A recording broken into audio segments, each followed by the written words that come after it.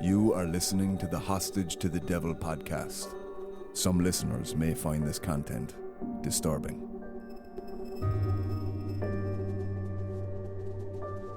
When a human being is possessed by a demon, what is the purpose of the possession of an individual? The destruction of that individual's soul to such a point that it must end up in hell.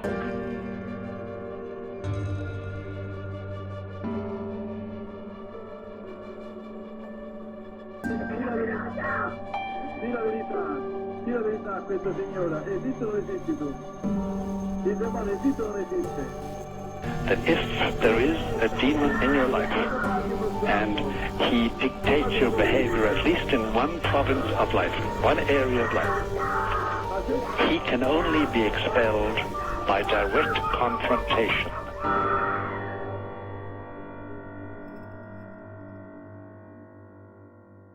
Episode 2, Principal Photography and Netflix. What audiences don't realise when they're watching content is the extreme difficulty involved in raising the required funds to make it in the first place, and that's across all genres. It's not an excuse, but it was a fight from start to finish, and it took the producers nearly 4 years to raise the funds for the documentary, with the help of Screen Island, Northern Ireland Screen, and several other contributors. Nevertheless, it was promising to be a jam-packed 2 weeks of filming in America in March of 2015. My very first interview in America was actually with Bob Kaiser at his hospice in Phoenix, Arizona. He'd called me the week before, insisting that I get over to see him quick as he was dying. Now, I knew Malachy Martin had his fair share of critics, and this was one who was actually committed to going on camera. So I rocked up to his hospice with Kat, our US field producer. As I began to set up the interview in a patioed area of the hospice, Bob was wheeled out in his chair by his carer, hooked up to his oxygen tank. He was a gentleman, but I was taken aback by the core hatred that he still retained for Malachy as the interview went on. It appealed to his romantic nature to have a romantic tale to tell. And he did very well. He sold a few books, more than a few. On one hand, you could say he was always interested in the most sensational story that he could make up. On the other hand, there are those who think that he, Malachy Martin himself, was somewhat possessed by the devil. And for him to cast himself in the role of someone who could cast devils out was a really neat trick. Bob Kaiser actually died 2 weeks after filming, and although I'm still heavily criticised for having him featured in the film, I don't regret giving him an opportunity to voice his opinion, and I stand by that decision to this day. I only wished I had a few other critics that were willing to come on camera at the time, to help balance out the opinions on Malachy. Trust me, there was plenty of keyboard warriors out there flinging their mud.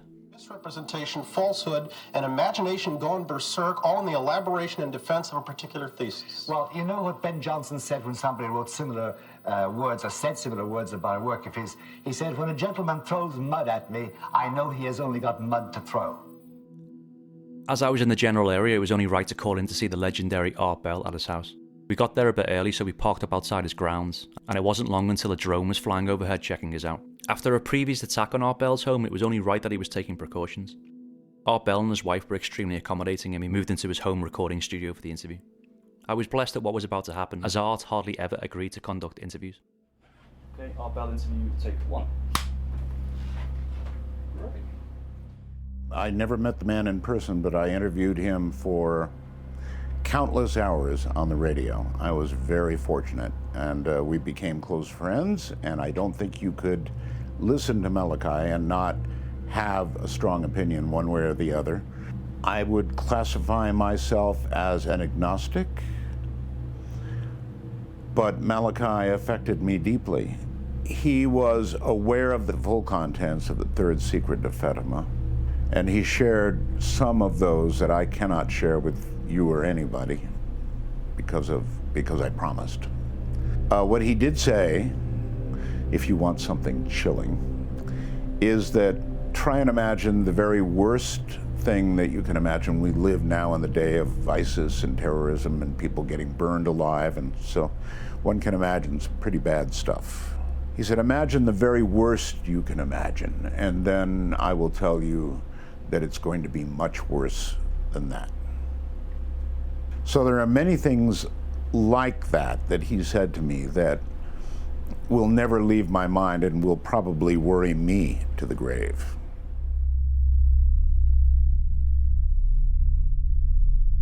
So I brushed off the Nevada dust and headed to the apartment in Brooklyn to wait for the main crew to arrive.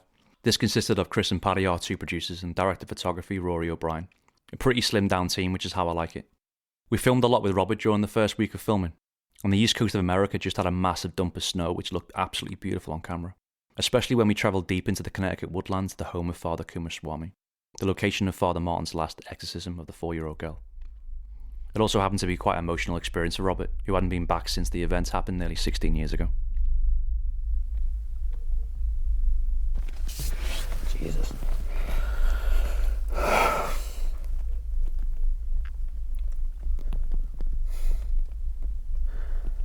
funny thing is, I just thought I'd be a whole lot calmer. My heart's racing like a goddamn drum. We pulled in. Their van was right there. It actually was a Ford Explorer. And we drove up, and I just said to Malachi, I said, "Is that them?" Because they were milling about. I said, "They're not supposed to be here." And he didn't say anything. And at that point, I just knew by the look on his face that was them. And I saw the child. And then the first thing she did was she just glanced at us driving in and then looked away like we were no one of consequence. Whatever you want. All right, great. Excuse me. Fucking crybaby. Careful, gents. It's ice.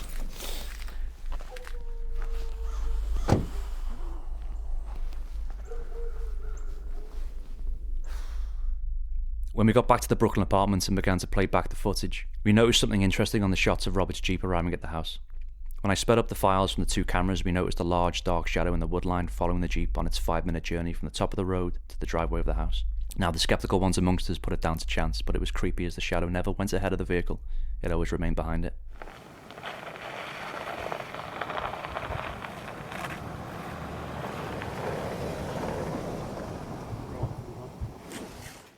Okay, can you first of all introduce yourself and tell me what made you fall into this type of work, line of work? My name is Jim Pezzanito, and I've always been interested in the anything supernatural since I was a kid. I've had an experience when I was a child, and I'm always in search of the unexplained. Jimmy Petanito, aka Mr. Haunted, was another one of those contributors that had been extremely involved from the start. I did not know what to expect. I expected maybe like one vehicle with two guys with a camera, and I think there was 3 or 4 trucks came in the snow, parked in my driveway, guys coming out with cameras, microphones, boxes of I don't know what. So to me, it was a big crew. I was terrified, Marty. Why were you terrified? Because you'd never done it before, or? I've never done anything like that before. Had me sit in the chair, and there's lights in my face and cameras. I never experienced that before. I was terrified. You feel like a gerbil under headlights. I felt like a little tropical fish at the dentist office that everybody's looking at. Jimmy reminisced about the first encounter with Malachi, and like Ralph Sarchi, Jimmy had hours of unseen archive with Malachi and also with the Warrens. This was due to the fact that he was an early member and videographer of Ed and Lorraine Warren's investigation teams. So he had a treasure trove of footage in his basement that he happily donated for the documentary. Now, there's some critics out there that suggested that I sensationalized the audio in the documentary, but believe it or not, all the noises and sounds came straight from Jimmy's footage.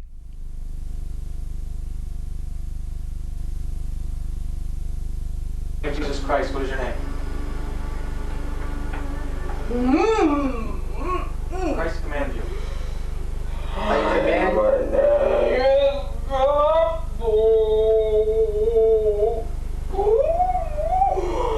I come from the east.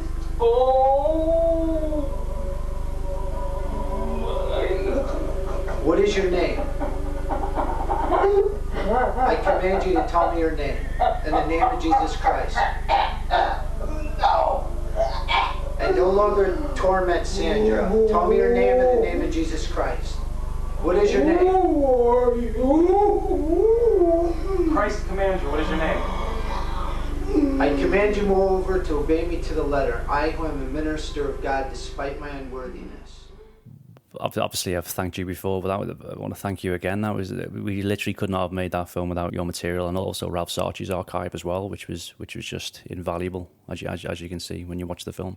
totally honored to contribute.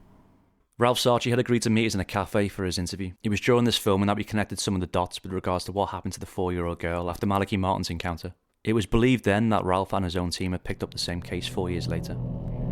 This particular case was definitely on a different level, and I do hope that she did find the relief that she sought. And most of all, I hope that her soul belongs to God at this moment, no matter what her physical condition is. I hope that her soul belongs to God. During our production, we received information that the girl since had committed suicide, but we couldn't confirm what happened to this girl. This was Ralph's reaction to hearing the news. We believe she killed herself when she was a teenager. She took her own life. Yeah. That's we found. We had this investigation on the girl, so this poor girl. Sorry, Jim. You got to give me a minute on that. Yeah. You can't spring that shit on me and expect me to talk about it. It's not fact though. It's not but, proven. You know, it's gonna make me want to go home and call now to find out. Cute little girl too. It's got to be the same one. So let's. You, Ralph Sarchie, give me what have you. Ralph's reaction to me proved how much he puts into his cases and how genuine he is as a religious demonologist. We had so many contrary reports that the girl was alive, the girl wasn't alive. It was irresponsible for me to try and close off the story in the documentary. I just didn't have the full truth, and I'm still looking for that truth to this day. At the end of the interview, Ralph asked me who I had contacted for interview. I mentioned that I'd left a few messages with paranormal investigator John Zaffis, the nephew of Ed and Lorraine Warren, and I knew he had some sort of connection with Malachi Martin, but nothing was confirmed. He told me to leave it with him, to organise, and by the next day we had an official interview with John at his own home. Both Robert and Jimmy had asked to tag along for this as well. Okay, ready? Yeah, let's go. Okay. Over in this corner of the museum, I have a lot of the different things that have been moved from more of the heavier duty cases. People using things in occult rituals and doing a lot of different types of practices. A lot of my religious statues here, as we know in different practices and different cultures, they use the saints and they use it as a disguise, and they do things behind the scenes to be able to cover things up. So if you're looking at a wide variety of a lot of different things that are used in practices, that's definitely what has transpired over here in this corner.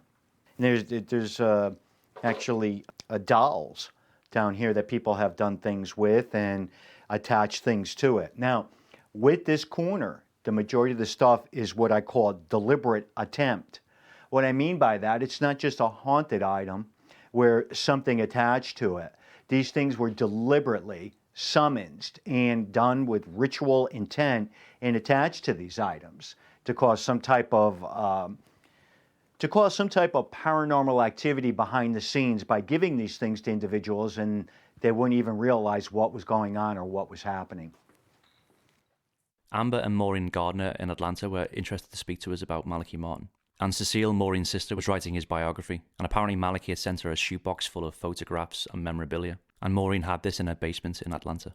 I know he wanted her to work for him, and she was concerned that she wouldn't be able to transition from a small city in the West to New York City, and she was concerned about that. But she wanted to promote him. She felt like the whole world should know about him. So she did promote him in the ways that she could. She got him on the Art Bell radio show, and she was very busy on the telephones back in New Mexico. I know she admired him, and she wanted to work for him, and he wanted her to work for him as well, but it just never came to fruition. People always ask me about my own faith and whether it was tested, whether I came to some sort of spiritual reckoning or had life-changing moments. And by the end of the process of making the film, I was still on that fence. I'm just as objective and skeptical about my experiences than the next person. But throughout that 6-year journey of making the film, I did encounter a few strange occurrences. Sometimes it sounded like little girls' feet running across the landing at home. I could hear a young girl crying at night or crying in an adjacent room. One night, my eldest Labrador began to bark at something invisible in the corner of the room. Then he pinned me down in some sort of protective posture while he watched this invisible presence in the room. I sometimes saw a woman hanging from the landing when I was locking up at night. Don't get me wrong, I did think someone was trying to spook me or hinder my progress in the project, but I carried on regardless. It wasn't a macho thing or an arrogant thing or a heroic thing, it was just, this was my first film and I'd promised the powers that be that I'd deliver a film within budget, and within time frame. And I always had Chris the producer's inspiring words in my head: "Don't F this up, Marty." I headed into Dublin, into Windmill Lane Studios, with 2 hard drives under my arm. John the editor asked me what I'd like to edit first, and for me it had to be the main event of the film, Robert returning to the house of Malachi Martin's last exorcism. If we couldn't get that sequence right, then we were doomed. John's patience and skill shone through as we chopped and changed and moved and rejigged the structure. After our first screening with our main funder, Screen Island, it was obvious that I was trying to make a film about Malachi Martin and about exorcism at the same time. And it was clear there wasn't enough room for both. So, the 3 producers, Rachel, Chris and Paddy, gave me a decision. Is this a documentary about Malachi Martin? Or is this a documentary about exorcism? So I took the dogs for a walk and rang a writer friend of mine about my dilemma. His response was this: "Go back to your first meeting with Paddy and Chris when they asked you to be part of the team. What were your first thoughts then?" And it was great advice, as my initial reaction was how come nothing had been made about this man before? So there it was. And with the help of Rachel, producer and co-writer, she helped me restructure the story on paper. 2 weeks on and the film was finished, and the big push now was for the producers to get it screened and to generate sales interest. The truth is, whether we like it or not, the devil does exist. He can influence, and he does influence. Exorcism then is a healing, and it's a very horrid healing, but it does heal. Because inside they're living hell. It's a living hell. Anybody who exposes a devil is in danger. The word of God is the truth. The devil does not want people hearing the word of God. Satan is having his last stand. This is his Waterloo, but he's going to destroy as much as he can before he finally is shoved out of the abyss again, chained by Michael. We did not talk an awful lot about his exorcisms, except the last one. I kept asking him not to do it, and he kept saying, "Well, I'm only going to be an assistant." Not much chance of that. I still believe that Malachi was the target, and not that little girl. She was the bait.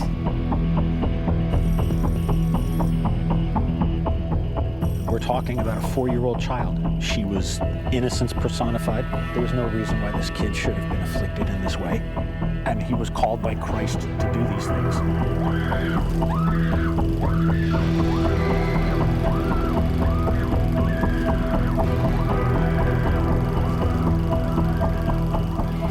He was a great mythomaniac. He was just a liar and a scoundrel and a cheat. He's a warrior. He was a warrior for God, and he still is a warrior for God. These are very, very sophisticated spirits who are there to harm us. And they're real.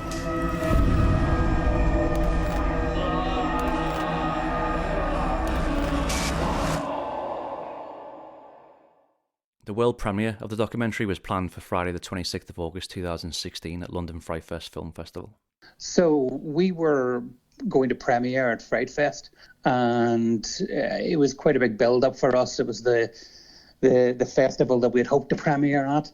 So a lot of us had travelled over to London. The night before, I think it was about 12:30, we received a letter, via email, of course, which was a cease and desist. That letter came in, and it said to us that we were not allowed to show at Fright Fest. We were not allowed to show globally.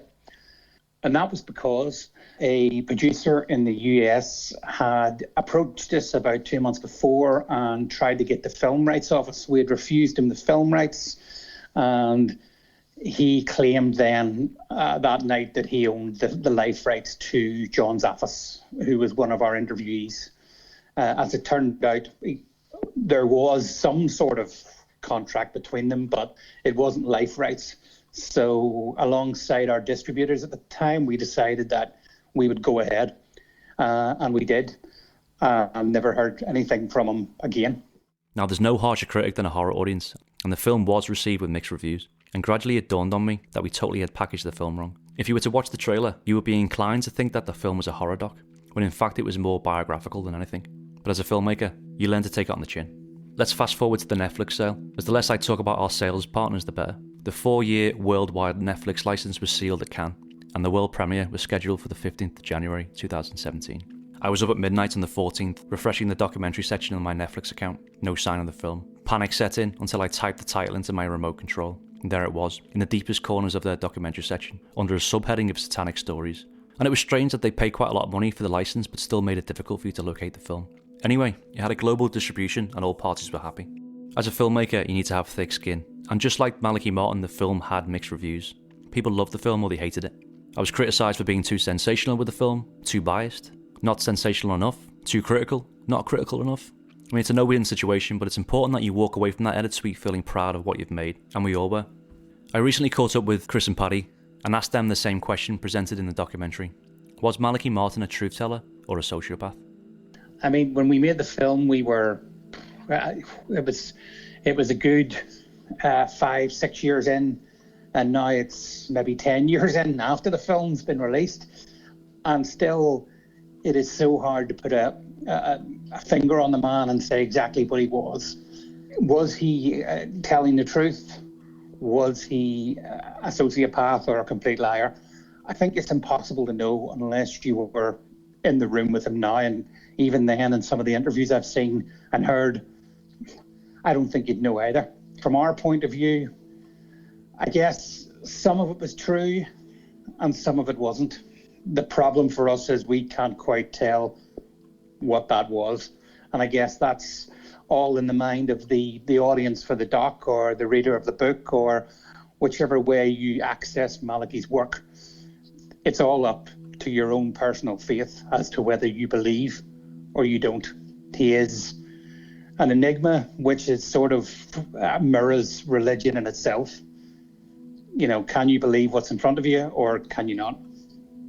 You know, I think this is evidence for both. Yeah.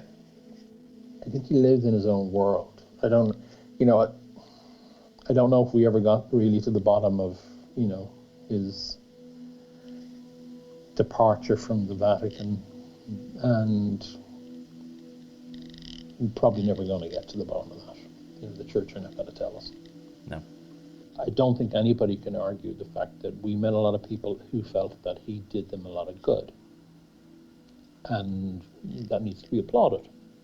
I don't know what would happen to somebody like him in this day and age. But it was a different time, and he was a man of his time. And I think we did the right thing in making the film, without question. And I think we started out making probably a piece of entertainment, but I think we've made something that's educational. And people always say, oh, it's a religious film, I'm not interested. No, it's not a religious film, it's a film that has a lot of religion in it. It's not a horror film, but you know what? People get scared by it.